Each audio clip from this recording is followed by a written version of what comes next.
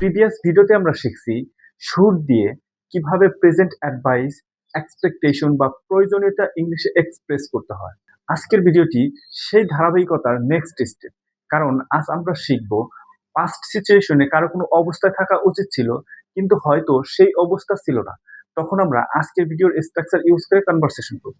আপনি যদি আগের শুডের ক্লাসগুলো দেখে থাকেন তাহলে আজকের ভিডিওর স্ট্রাকচার ব্যবহার করে আপনি খুব সহজেই কনভারসেশন করতে পারবেন।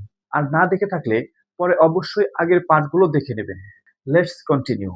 তোমার সুস্থ থাকা উচিত ছিল, আমাদের শিক্ষিত থাকা উচিত ছিল, তার আরো প্রস্তুত থাকা উচিত ছিল, তোমার ধৈর্যশীল থাকা উচিত ছিল।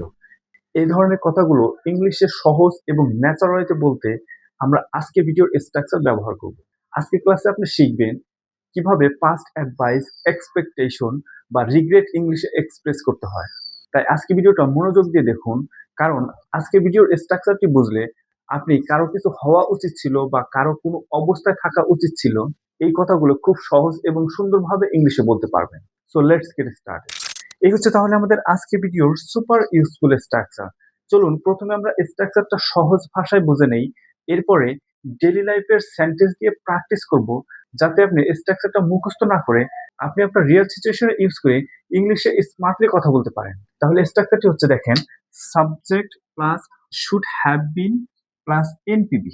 এনপিবি অর্থ হচ্ছে কি নাউন প্রোনাউন। চলুন এখন আমরা একটু ভালোভাবে বুঝে নেই এই স্ট্রাকচারটি আমরা কোন সিচুয়েশনে ইউজ করে কনভারসেশন করব সেই সিচুয়েশনটা জেনে নেই। দেখেন সিচুয়েশনটা হবে কারো কিছু থাকা উচিত ছিল। কি বলছি দেখেন, অতীতে কারো কিছু থাকা উচিত ছিল, এরকম ধরনের সিচুয়েশন আমরা কনভারসেশন করব এই স্ট্রাকচার দিয়ে বাক্য গঠন করে। তাহলে আজকে ভিডিওতে আমরা শিখতেছি ইউজ অফ শুড এর পার্ট 9 এর স্ট্রাকচার দিয়ে কিভাবে কনভারসেশন করতে হবে রিয়েল সিচুয়েশনে। এখন প্রত্যেকটি real example one by one বুঝে নিই কিভাবে এই স্ট্রাকচারের মাধ্যমে গঠন হয়েছে। দেখেন প্রথম এক্সাম্পলটি হচ্ছে ইউ শুড হ্যাভ বিন ক্লেমার। তাহলে মিনিংটি হচ্ছে কি দেখেন, তোমার শান্ত থাকা উচিত ছিল। একটু কেয়ারফুলি বুঝে দেখেন আমাদের সিচুয়েশন অনুযায়ী কিভাবে বাক্য গঠন হয়। সিচুয়েশনটা হচ্ছে কি কারো কিছু থাকা উচিত ছিল, মানে অতীতে কারো কিছু থাকা উচিত ছিল, এরকম ধরনের কথা আমরা এই স্ট্রাকচারের মাধ্যমে ইংলিশে কনভার্ট করে কনভারসেশন করবো। সো আপনি তাহলে এই প্রথম এক্সাম্পলটির মাধ্যমে বুঝতে পারছেন কিভাবে বাক্য গঠন হবে এই স্ট্রাকচারের মাধ্যমে এই সিচুয়েশনে। চলুন আমরা সেকেন্ড এক্সাম্পলের মাধ্যমে আরেকটু ভালোভাবে বুঝে নিই। দেখেন সেকেন্ড এক্সাম্পলটি হচ্ছে he should have been more polite. মিনিংটা হচ্ছে কি তাহলে দেখেন, তার আরো বিনয়ী থাকা উচিত ছিল, মানে অতীতে তার আরো বিনয়ী থাকা উচিত ছিল, এরকম ধরনের কথা। আই গেস আপনি বুঝতেছেন কিভাবে এই স্ট্রাকচারের মাধ্যমে বাক্য গঠন হয়। চলুন আমরা থার্ড এক্সাম্পলের মাধ্যমে আরেকটু ক্লিয়ার ভাবে বুঝে নিই। দেখেন থার্ড এক্সাম্পলটি হচ্ছে we should have been more prepared. তাহলে মিনিংটা হচ্ছে দেখেন, আমাদের আরো প্রস্তুত থাকা উচিত ছিল। আমার মনে হয় আপনি এই তিনটি রিয়েল এক্সাম্পলের মাধ্যমে খুব ভালোভাবে বুঝতে পারছেন এই স্ট্রাকচার দ্বারা আপনি আপনার রিয়েল সিচুয়েশনে কিভাবে বাক্য গঠন করে স্মার্টলি ইংলিশে কথা বলবেন।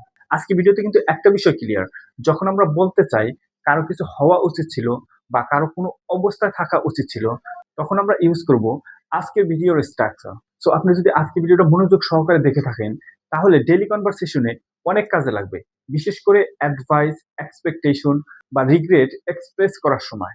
আজকে ভিডিও তাহলে এই পর্যন্তই। দেখা হবে নেক্সট পার্টে ইউজ অফ শুটের পার্ট 10 এর স্ট্রাকচার ক্লাসে out of 12। Till then keep practising, keep speaking.